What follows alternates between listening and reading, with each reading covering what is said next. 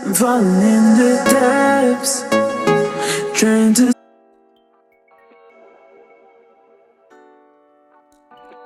Hello everybody, welcome back to my channel. It has been a long time and I have an exciting video for you guys. Today is the first reading video of 2025 and I'm excited. I've seen like all booktubers do it and I was inspired to do it, but instead of picking out the books I want to read, I had 3 of my friends pick up the books that I'm gonna read in this video. So I actually asked my friend Anelia, I hope I'm saying that right, I asked her to choose between Never Never by Colin Hoover and Karen Fisher, Twisted Lies by Anna Holmes, Hooked by Emily McIntyre, and Al Pacino Sonny Boy biography. And she has chosen Hooked. I have the physical copy of Hooked by Emily McIntyre. This is going to be a reread for me. We shall see. I have it downloaded on my Kindle and I have the physical copy, so we'll see where we go. I hope you guys enjoy this video and let's read some books.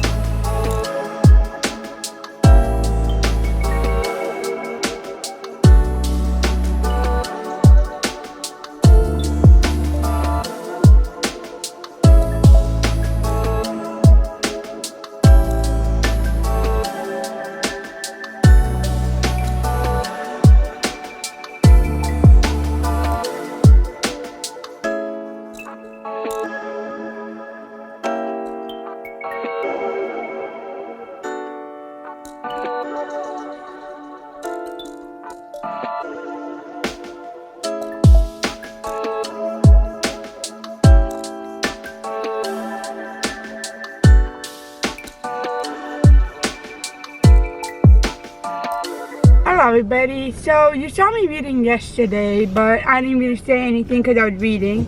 But you saw my reaction. We are still reading Hooked by Emily McIntyre. I'm 30% into the book, but so far so good. But the things that I was reacting to yesterday was such good quotes that I screenshotted, thank God, because screenshotting is important. So he said, first mate, she giggled like a pirate. Did that make you the captain? Amusement trickles through my chat and I sit forward. Why yes, actually, I'm commander of every vessel I'm in. I'd be more than happy to show you. And then the second thing that had me swooning is when she's trying to figure out like about him personally, and he's not an open book kind of person, and so she's like, no, she whispers, her face inches from mine. This is what you have, she continues. I want to know what's in here. Her hand presses against my chest.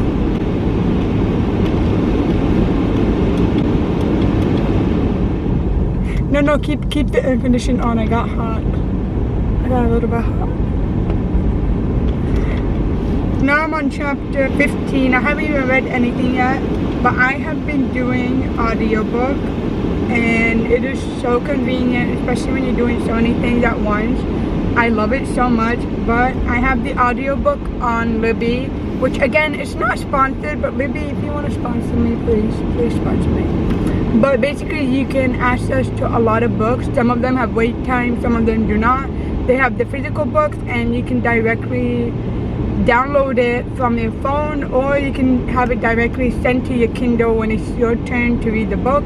Some have amount of wait times, so like 3 weeks to 8 weeks, sometimes 13 weeks, depending on the book's popularity. And I have I'm gonna have to edit that out. They also have audiobook options, which is so convenient. So for me right now, because I'm reading Hooked, I find it very convenient because I multitask. So I'm just audiobooking it sometime. If I'm not listening to it, then I'm reading it physically or on my Kindle. But so far so good. I think I'm gonna have to bring down, it's too early to tell, but I think I'm gonna have to bring down the rating for this book, because I used to give it a 5 out of 5 if I'm not mistaken last year.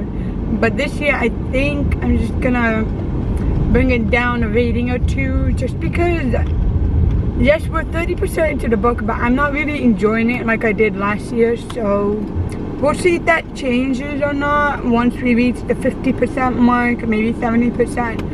And I will update you guys as soon as possible, and as soon as I read more. Hello everybody, so it is a couple of weeks later, and I had finally finished reading Hooked by Emily McIntyre. This book, I believe when I read it a year ago, I rated it probably a 5 out of 5, but now that I reread it, this is sadly gonna have to be a 3.5 out of 5.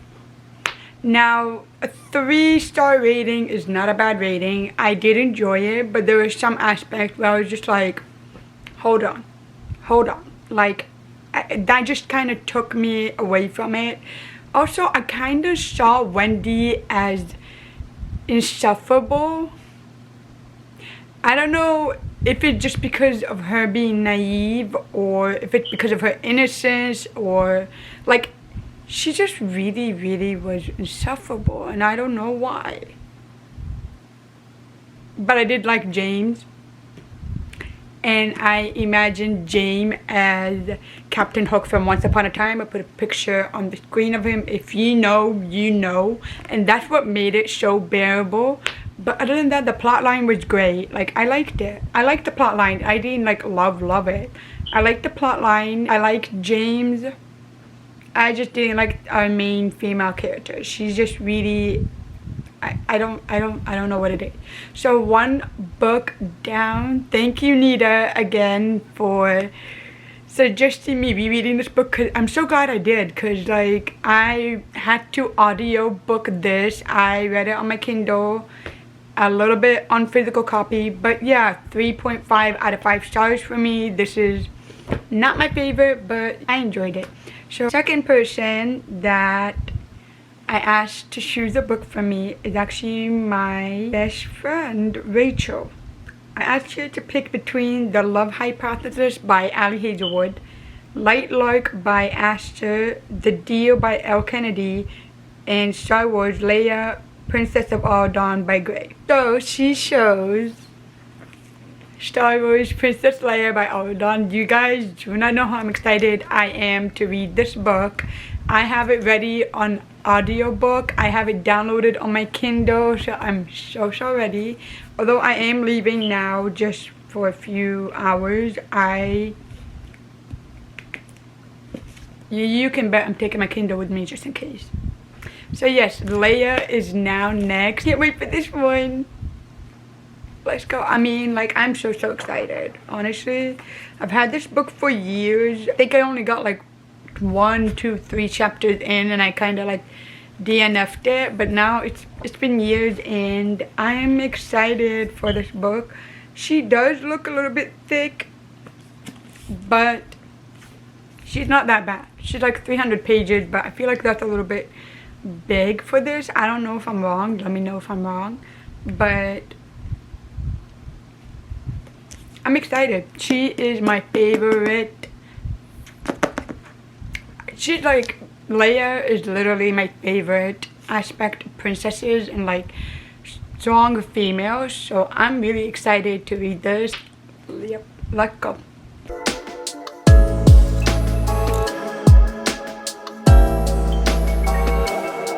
Realized it dug so far underground. Is there anything you can do? Any old rule or ceremonial duty that lets you step in? Dalnay thought for so long that Leia assumed she was mostly coming up with a tactful way to say nothing could be done. Hello everyone, so it's been a few days now. I actually finished Star Wars Leia by Claudia Gray, Princess of Alderaan. You guys, 5 out of 5. This made me shed tears. I will insert the clip because literally it made me cry. Station now! It's going to blow! What are you? If he'd hit the controls and accelerated that instant without hesitation, the cruiser might have made it out of range. If he'd flown in closer and faster to start with, he would never have had a chance. When the blast exploded outward, ripping the station into a wave of fire and shattered steel, Kier's cutter was instead violently thrown outward. Emmeline screamed, but Leia lacked even the breath. She could only stare in horror, not knowing whether she'd just watched him die. Their hopper shuddered as smaller pieces of debris thumped the hull. Through the metallic shards blanketing the starfield on their screen, she could make out the shape of Kier's cutter. The engines didn't glow. There was no sign of power. No way to tell how much damage had been done. An unfamiliar stillness claimed her. When her fear or despair reached its absolute height, her mind turned crystalline. Hard, set, focused, straight. Her emotions remained, but encased in a structure that would not yield. The Empire's on its way. She spoke to Emmeline as steadily as she'd spoken to her parents on her day of demand. It was as if she already knew the words. They could be here any second. I have to try to help Kier. But if you want to dock with his ship and leave us, do it. Maybe I can get his engines back online. Maybe? There was no point in responding to that. Leia would accomplish that, or she wouldn't. What mattered was protecting everyone she could. You don't have to take this risk. I do. Emmeline trembled from shock, but she shook her head. Don't be an ass. I'm not leaving either of you. Then let's do this. Leia's hands went to the controls. The hopper shot forward. She adjusted their course so that Kier's cutter, dark, rolling over and over, badly dented, remained at the center of their view screen, larger every moment. Luckily, both hopper and cutter were such basic workhorse models that auto-dock compatibility was built in. Although Kier's cutter remained unresponsive, the hopper was able to link them and pump in localized power. Leia's craft shook as the locks joined, and a warning light began to blink. The cutter's artificial gravity was inoperable. To keep its entire contents from rushing into the hopper the instant the doors opened, she immediately shut off their own gravity, hooking one leg around the base of her seat to keep her more or less in place. Then they were unmoored, weightless. Amelin's hair rose around her head in a multicolored cloud. She stared at Leia as if unable to understand how she could be so quiet and calm. Leia didn't understand it herself. The lock doors slid open, and Leia pushed herself upward, soaring into the cutter, or what remained of it. Every control had gone black. The only illumination filtered in through the hopper. Bits of metal spun in midair, and floating beads of water glinted as they caught the light. A droplet hit her cheek, but it was warm. Not water. Blood. In the center of the dark, she saw the dim outline of Kier's body, his arms outstretched, floating, loose. Her momentum brought her closer until she had to put one hand onto the ceiling to prevent colliding with him. He was near enough for her to draw him into her embrace. When she felt his heartbeat against her hand, relief flooded through her. "Kier, can you hear me?" The dim shaft of light from below briefly illuminated his face as his eyes fluttered open. "Leia." "I've got you. We'll take you back to Alderaan. Find a doctor." On Alderaan, her parents could ensure he received top care in secret, a guarantee they wouldn't find on Coruscant. You were scared. In trouble." Kier's expression remained blank. He'd recognized her, but he didn't seem to have registered anything she said. "Followed you." Remorse pierced Leia through so sharply she wanted to cry out, but she forced herself back into focus, made herself crystalline. "I'm all right. It's all right now. You came for me and I'm safe. Can you hang on to me? Brace yourself against me?" Kier coughed, and the only thing worse than the sound of it was the terrible spasm of pain on his face. Hoarsely, he said, "Memory rod." Consternation dissolved swiftly into her understanding that the memory rod had to be vitally important. He chose his home. It was a choice Leia would never make, but she understood it. "Leia," he whispered, struggling for breath. "Promise." She smiled at him tenderly, caressed the side of his face, and lied. "I promise." With a sigh, he relaxed into her embrace. His muscles went slack. Leia kept holding him next to her as his breaths became shallower and his heartbeat slowed. It was so slow, so gradual, that she couldn't tell the exact moment when he died. For what felt like many minutes afterward, she hung on to him, wanting to stay as long as she could in the last place they had ever been together. But the Empire was coming, and Leia had other lives to save. She let the memory rod float from her hand, then pushed off with Kier's body in her arms. Light grew brighter around them until they drifted back into the hopper. A few pieces of debris from the damaged cutter had made their way into the air too, but nothing they'd have to clear. Amelin had used the belt from her coverall to tie herself to her seat, and she'd flipped the collar up so she could hold it against her eyes. For an instant, Leia thought it was just more oddness, but then she realized Amelin was crying, and trying to absorb her tears with the collar so the droplets wouldn't float away. Hitting the airlock closed the link between the ship. Amelin turned the gravity back on. Although Leia had been holding Kier as best she could, the sudden return of weight toppled her, and his body crumpled to the floor with a heavy thud. That sound was so final, so dead. The crystal shattered. All the grief Leia felt, all the fear and anger and everything else she'd kept bottled up or used for fuel, she couldn't hold on to any of it any longer. She burst into sobs, crumpling on the floor by Kier's side. Leia had spent the past few months trying to prove she was an adult, but she wasn't this grown up yet. She wasn't this hard or this tough. When she broke down, she fell apart, completely, as she hadn't since she was a child, and rarely would again. Bending low, she let her forehead rest against Kier's chest, trying to remember the sound of his heartbeat, as though that would bring it back. Amelin said nothing, only took the controls, fired the engines, No, and took them farther from this did not happen, no! Space was clear. Leia imagined the station's wreckage tumbling into the atmosphere of Palquis Major, glowing with heat as it burned on re-entry. Kier's ship would be caught in the planet's gravity too, and the evidence he'd given his life for would disintegrate into atoms, lost forever. No, what is this? What is this?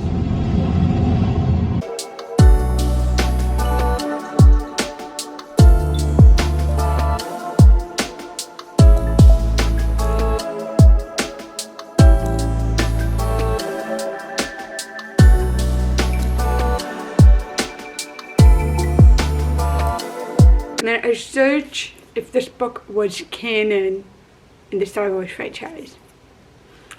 It's canon. Just taking a moment, that is canon. And so I asked my friend Regina which book she wants me to read after this, and she originally showed The Seven Husbands by Evelyn Hugo, but I did not get the audiobook for it in time, so I asked her to choose another book, and she chose Twisted Hate by Anna Hong. I haven't read this for 2 years, this series, and as you guys know, they're making a TV series of the book, the Twisted series book.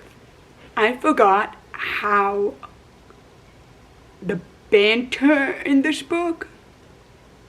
I'm actually, at first I didn't like Josh Shen. I still do not like him, honestly. I love Jules. Jules is my favorite. So right now I'm like 30% into the book, and I'm feeling a lot of feelings.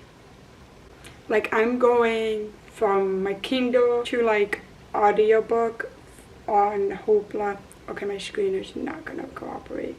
Like I'm literally audiobooking it, going from my Kindle audiobook. Maybe like I haven't even touched the physical copy. I haven't even touched it. Like I touched it a few times, but not that many times. So I'm going between this and my Kindle, and honestly, I feel like audiobooks are so worth it, especially when you're like doing so many things like me. Like I multitask. I'm multitasking, okay? So yeah, it has been quite a while since I updated you guys, and I'm so sorry about that. I needed a few days to be with my thoughts after reading this book, because honestly, after knowing that it's canon in the Star Wars franchise, yeah, I needed a break, honestly. Like I just did. So far I like it better than when I read it the first time. The first time I was not a fan, even though I like Jules, but right now I love Jules, but I was not a fan. I did not really like it, but we'll see how this goes. Yeah, it's just so many emotions right now, so many things going on. I have like 9 hours and 58 minutes left on the audiobook, and actually I think like I've been audiobooking this book anytime I get, like if I'm sitting down doing nothing, audiobooking it. If I'm waking up in the morning, audiobooking it. Like I'm just listening to it, and so far so good. I don't know. So we will continue with Twisted Hate, and I'll give you updates hopefully at the 50% mark. And all the guests were busy dancing, getting drunk, or gossiping on the sidelines. World leaders. They were just like us. Oh, of course. Jules placed a hand over her chest. I defer to your vast experience as a bridesmaid. You clearly know exactly what the role entails. My knuckles tightened. We were backsliding into our old bickering selves. Normally I would have welcomed it as a sign of normality, but right now, it pissed me the hell off. Outside in 5 minutes, Red, or I'll bend you over my lap and spank your ass raw right here in front of every goddamn king, queen, and president in the world. I growled. A dark pink flush rose on Jules's cheeks. Don't tell me what to do. Then don't test me. Oh my god. I turned on my heel and stalked out of the ballroom. Jules must have heard the truth in my threat because she met me outside the party exactly 5 minutes later, her jaw set in a stubborn line. We walked down the hall until we reached an unlocked drawing room. I shut the door behind us, and then silence.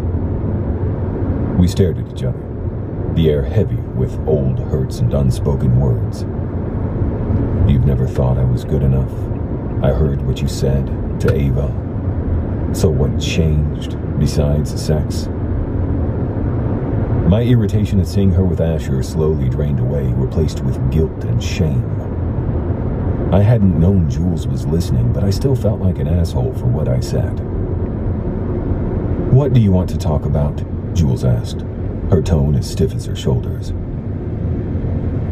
"I want to..."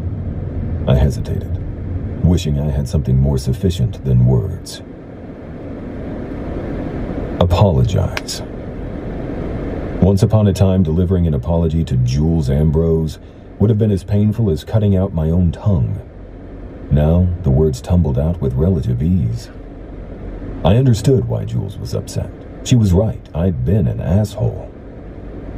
I should have apologized the other night, but I'd been so taken aback by the revelation, I couldn't think of a proper response.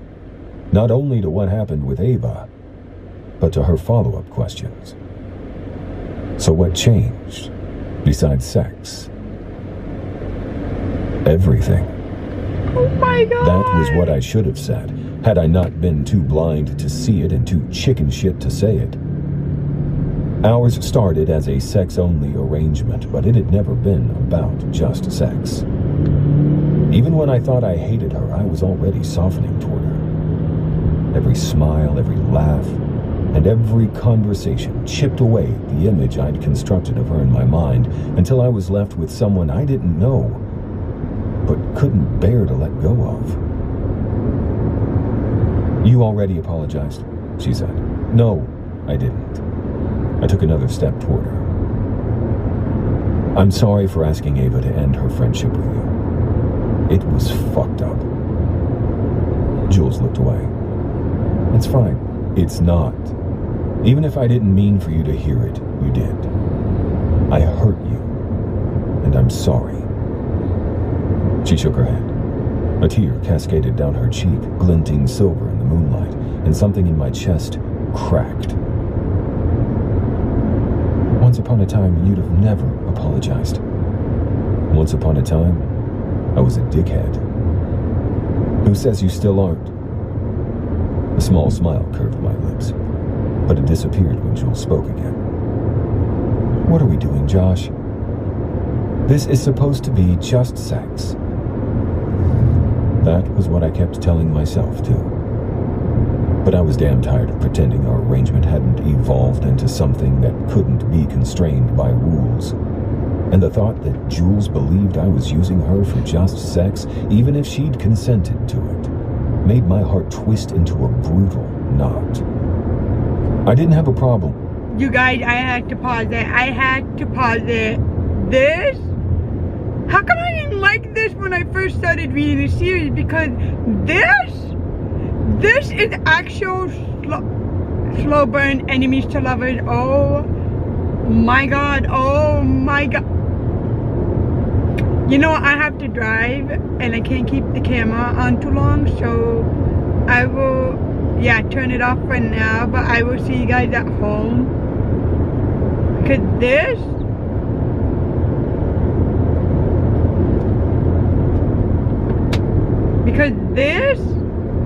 this is something else. This is something else. Oh my God, I can't. My mind is like blown right now. It is blown. I have to go at the speed limit, dang it. But oh my God, my mind is blown at this. This is so... no words. There's just no words. I know, I'm still in the car. I'm almost home, like 5 minutes, maybe 10 minutes. But we reach a point in the book where, and this is spoilers, so if you don't want spoilers for Twisted Hate, just skip a few minutes or a few seconds depending on how long I talk. But yeah, I will put actually the time you can skip to after I'm finished. But Josh asked Jules what's her favorite book is, and she said Charlotte's Web, and it's the cutest thing ever. And Josh said that's effing adorable. I will say this again. Men that think they are not boyfriend material, they're boyfriend material. Bye. Like, bye, come on. Come on. Like, oh my god. Oh my god. I was hitting my steering wheel. I wish I was joking. I was hitting my steering wheel and I was squealing, and I'm pretty sure a few people around me in the car were like, what's wrong with that girl? You know what? That's fine, because I love this book so much. I'm liking John Chen so much.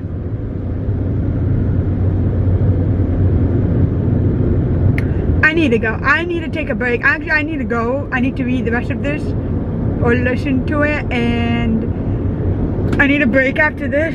I got like 5 more hours on this book. I could read it when we go to Orlando on Thursday, so I need a break. I need a break. This is too cute. This is too much cuteness and boyfriend material in this book. Again, I don't know why I didn't like this book when I first read it, but now, like, okay, too much. I need to go. I need to go. Hello guys, so I believe it's a few days later. I am actually stuck in traffic right now, taking like 30 minutes home, maybe like 20 right now. But I want to listen to Twisted Haze, so we're gonna listen together. I hope it's not gonna be like as long as I think, but we're gonna Flights listen. are. They can't be that expensive, right? But it's so last minute, and I have to figure out where I'm going to stay, and I have breathe red. I placed my hands on her shoulders, steadying her. She was breathing faster again, her eyes taking on the wildness of overwhelm. Here's what we're going to do. We're going to finish eating, then you're going to take a shower while I look up flights, hotels, and funeral homes. Once we nail those things down, we can focus on the details. And you are not flying to Ohio until after graduation. You went through 3 years of law school hell, so you're walking across that damn stage. Got it? Jules nodded, looking too stunned to argue. Like, literally, it's the guys who think they're not boyfriend material that makes them boyfriend material. Ah! Good. I handed her the rest of the cheesecake. Here, that shit's too sweet for me. After we finished eating, she took a shower while I figured out the logistics of her trip. Luckily, flights to Ohio weren't expensive, and Whittlesburg had a total of 2 hotels, 5 bed and breakfasts, and a handful of sketchy-looking motels on the outskirts of town, so it wasn't hard to narrow the choices down. A quick Google search also turned up a funeral home with good reviews and reasonable prices. By the time Jules stepped out of the bathroom, I had everything ready to go on my laptop. She gave them a cursory glance before booking. Thank you. She sank onto my bed and ran a hand through her hair, still looking a little lost, but more animated than before. You didn't have to do all this. She gestured at my computer. I know, but it beats watching some crappy TV rerun for the 10th time. Jules snorted. Her eyes fell on my open suitcase and widened. Wait, your New Zealand trip. I forgot that's not until next week. I leave on Monday. Unease tugged at my gut. I'd been so excited for New Zealand, but my enthusiasm had waned for some reason. That'll be fun. Jules yawned. She wore an old Thayer t-shirt of mine that skimmed her thighs, and her damp hair hung in dark red waves around her shoulders. All of my favorite sights in the world, the Washington Monument at sunrise, the autumnal blaze of leaves during a New England fall, the expansive ocean and jungle laid out before me at the end of a long hike in Brazil. Jules wearing my shirt might just be my number 1. Get some rest, I said gruffly, discomfited by the strange warmth spiraling through my insides. It's late and you've had a long day. It's 9. Grandpa. She yawned again. Yeah? I'm not the one who looks like I'm trying to catch flies with my mouth. I shut my laptop and turned off all the lights except for my bedside lamp. Bed. Now. You are so bossy. I swear. Yawn. I don't know how. Yawn. People stand. Jules's drowsy grumble grew softer with each word until her eyes fluttered closed. I tucked her beneath the comforter, keeping my touch gentle so I'm gone. Okay, I'm gone. If I continue to record myself, all you guys are gonna be hearing me scream like I just did a few minutes ago. So, oh my god. Why is this book hitting me harder than I expected? Like, the first time I read it, I didn't really like it. Now I love it. Dare I say I love it? I'm only like 50-something% into it, but I love it.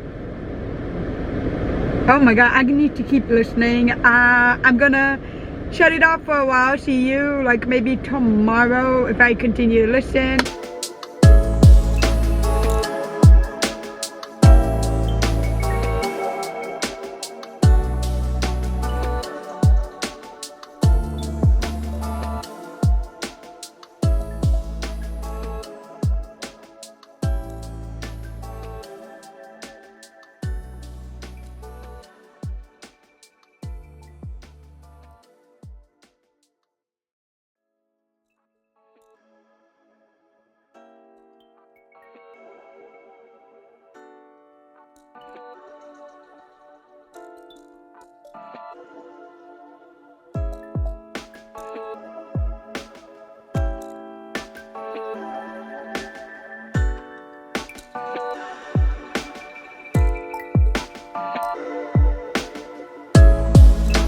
Escape from this love that hurt me so, but I'm not brave. I'm not brave, not enough. Yeah, I wanna coming back and going forward. I remember your smile, but